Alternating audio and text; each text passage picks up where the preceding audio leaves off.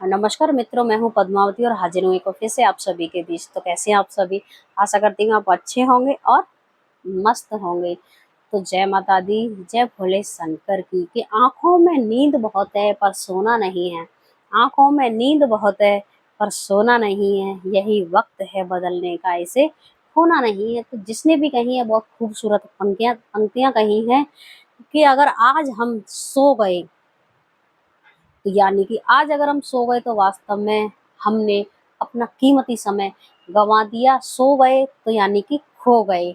जिसे आराम करना है, जिसे सोना है और जो जिसे कि आलस्य नहीं त्यागना है, तो वो मंजिल को छोड़ ही दे। उस लक्ष्य की प्राप्ति के लिए प्रयास करना बिल्कुल बंद कर दे। आज का काम कल और कल का काम परसों। कि कहा भी गया है कि सुख चाहने वाले को विद्या कहाँ और विद्या चाहने वाले को सुख कहाँ। यानी कि सुख चाहने वाले को विद्या त्याग देनी चाहिए और विद्या चाहने वाले को सुख त्याग देना चाहिए। अगर आपने अपना जीवन मनोरंजन में, आलस्य में गुजार दिया, हर सुख ऐसो आराम में गुजार दिया, तो आप अपनी मंजिल को प्राप्त कर ही नहीं सकते। अगर आज आप सो गए तो कल के लिए आप बिल्कुल खो चुके हो। यही वक्त होता है, यही ये विद्यार्थियों के लिए ही नहीं है, हर उस व्यक्ति के लिए है जो कि अपने जीवन में कुछ करना चाहता है। समस्याएं आएंगी और आती रहेंगी। समस्याएं उसी के जीवन में आएंगी जो कुछ करना चाहता है।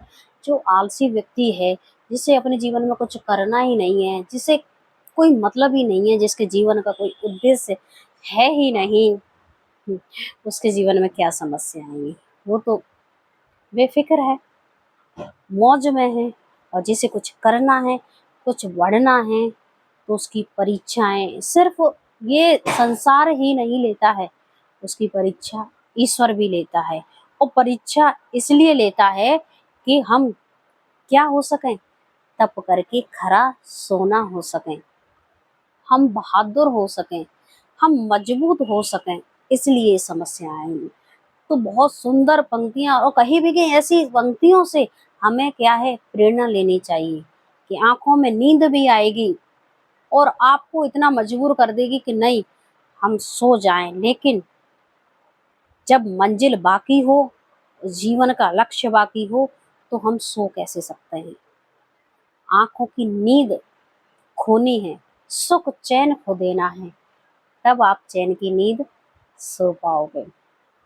तो परीक्षाएं आएंगी, मजबूत करने के लिए आएंगी। परीक्षाओं को देना और जरूर देना। इन परीक्षाओं से आप, जरूरी नहीं है कि इस हर एक परीक्षा में आप निकलते जाओ, पास होते जाओ, लेकिन असफल होकर के भी आपको अनुभव अनुभव जरूर मिलेगा।